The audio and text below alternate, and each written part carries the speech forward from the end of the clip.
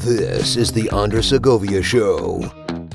Greetings, everyone, and welcome to the Andres Segovia Show. I'm your host, Andres Segovia. On this episode, I have numerous updates with respect to what's happening on the fight for your property rights here in California, and a warning to the rest of you throughout the country, because where goes California, so goes the rest of the country.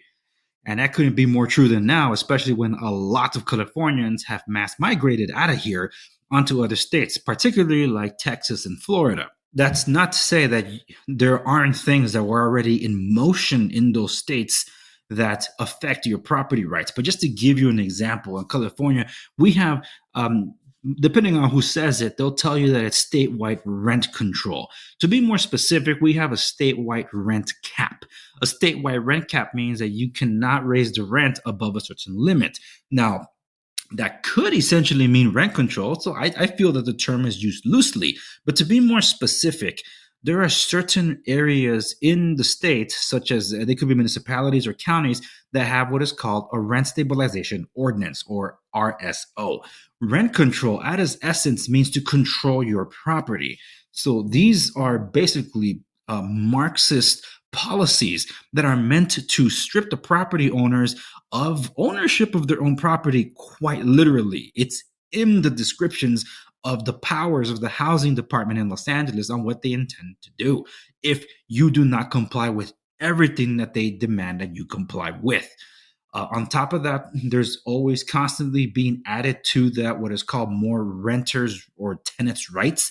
On top of that, to make it more difficult for property owners.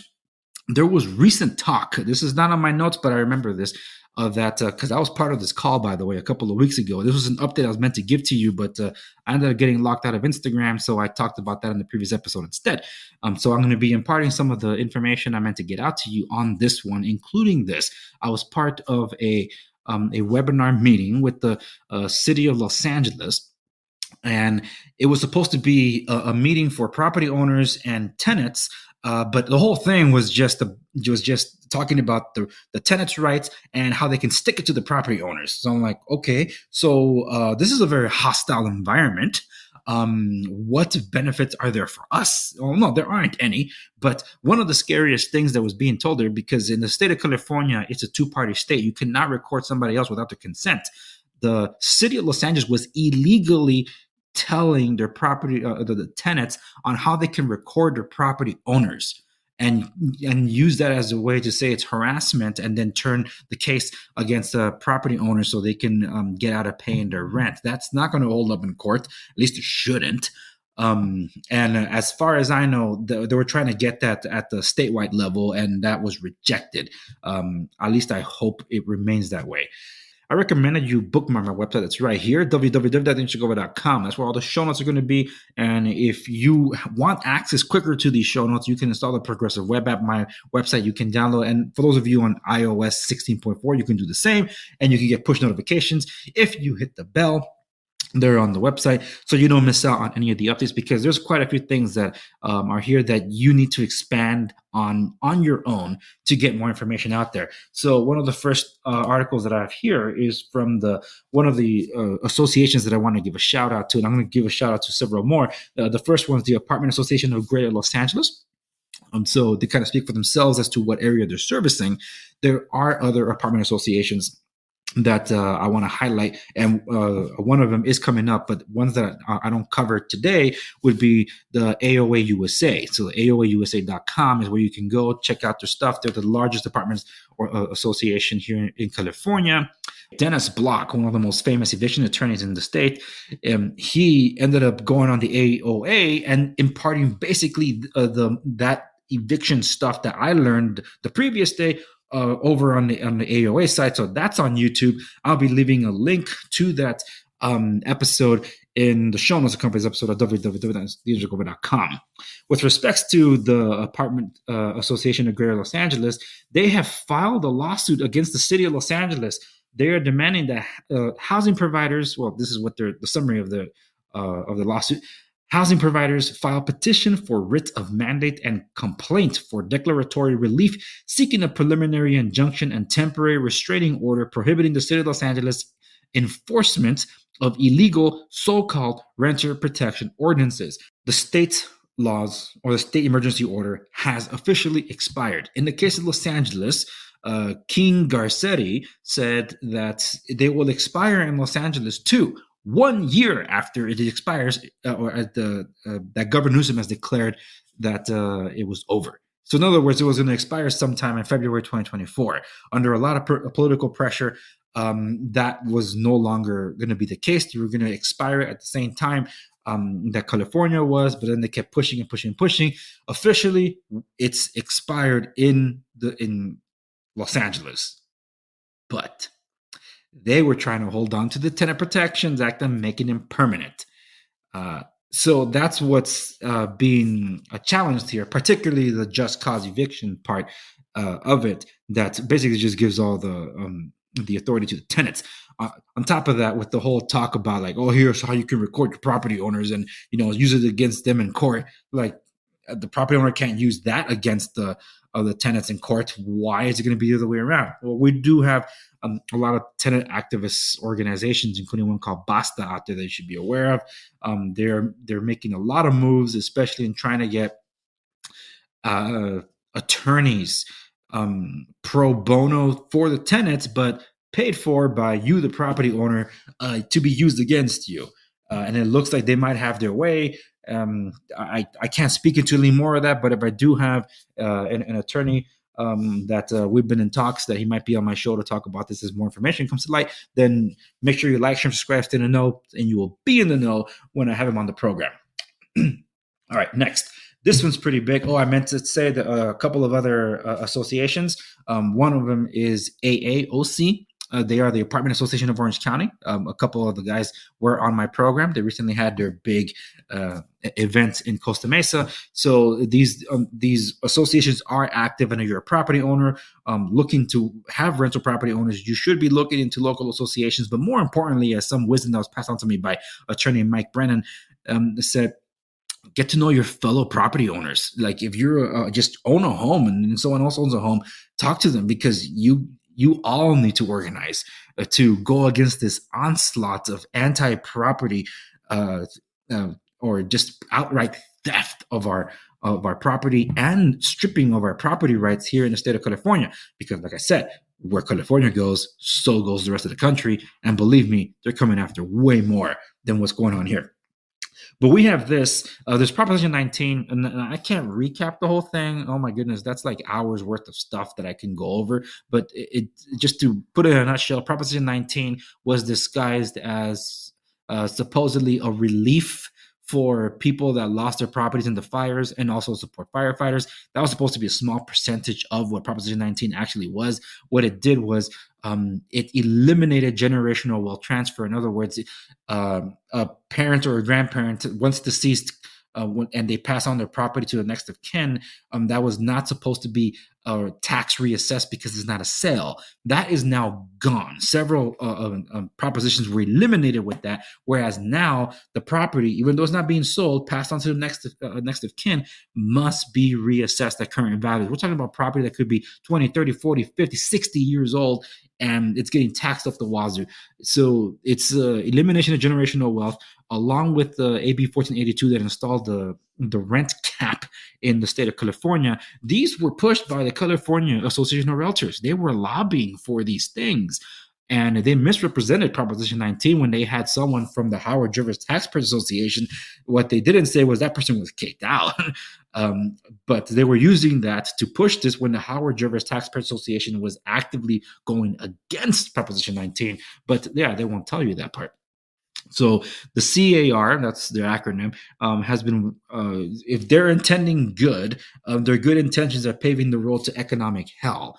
And I've called them out many, many times about this because they are disserving their clientele and their potential clientele by ruining the possibility of future renters being able to turn into property owners. They're basically ruining all of that.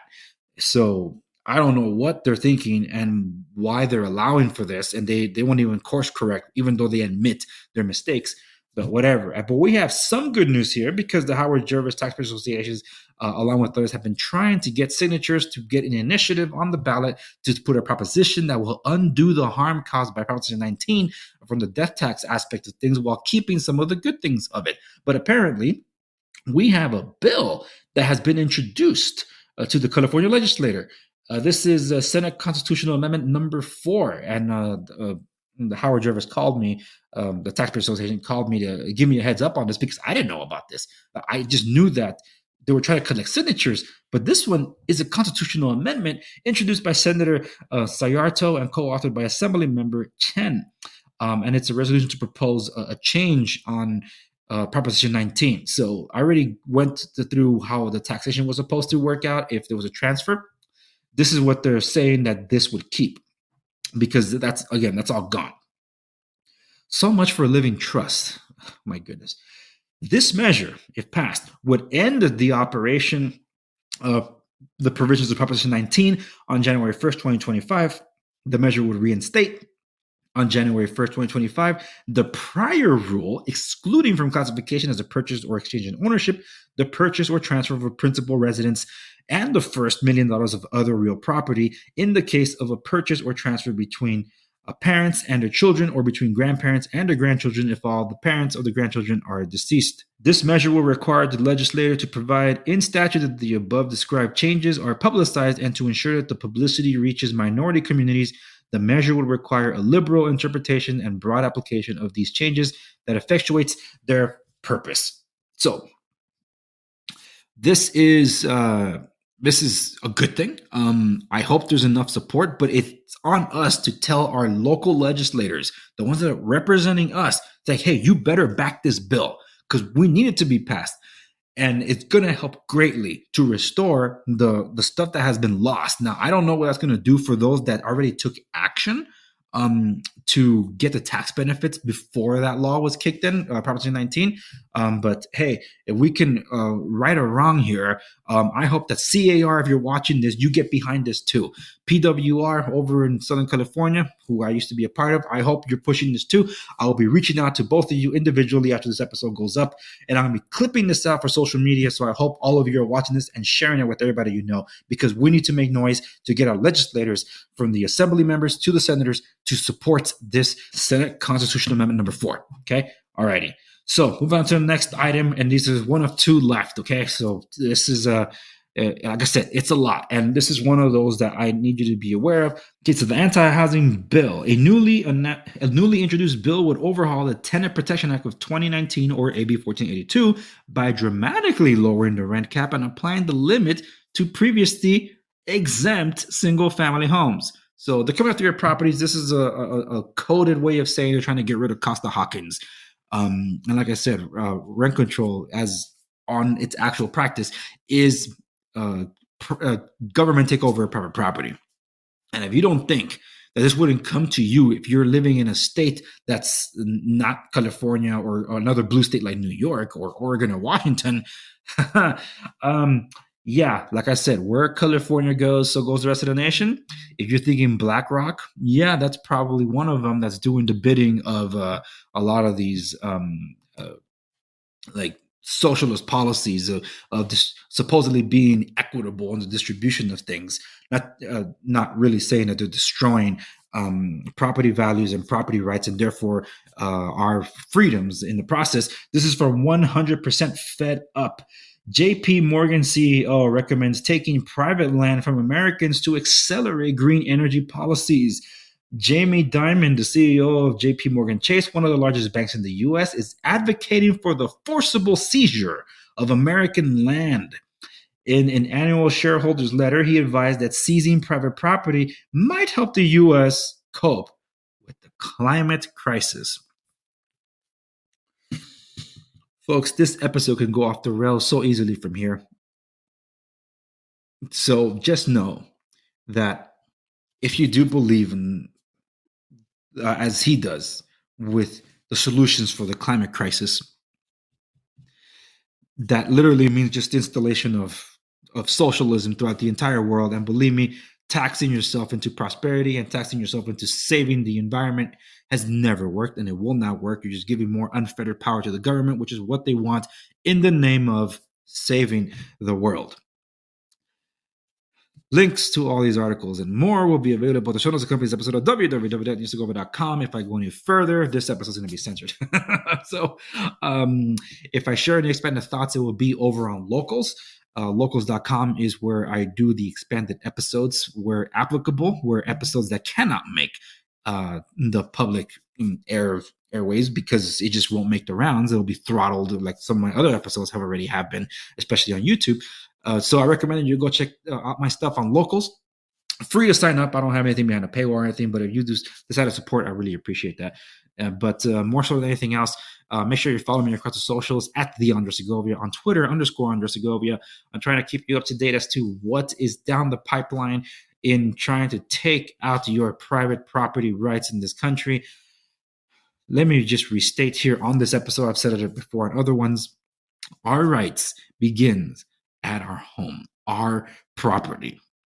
Okay? You own your property. You give that up. You've given up your Bill of Rights. Do not let the Marxists take over. We can still work to save California and fix California if enough of us wake up to all this. And I'm also speaking to you renters about this too, because the rent control works. Why hasn't it? Rent control was supposed to make rents go down. Rent control was supposed to keep the homeless off the streets because they weren't going to be homeless. So why do we have a record number of homeless and the record number of the highest rents in the places where there's rent control? Think about it, folks. If an experiment that's been going on for decades doesn't work, why are we going to put it everywhere else? And yes, I've done an episode about a federal rent control initiative because that's probably coming a lot sooner than later. Anyway, that's it for this episode of The Andre Segovia Show. Thank you so much for watching this latest episode. Remember to like, share, subscribe to stay in the know, and you will be in the know. And I'll see you on the next one.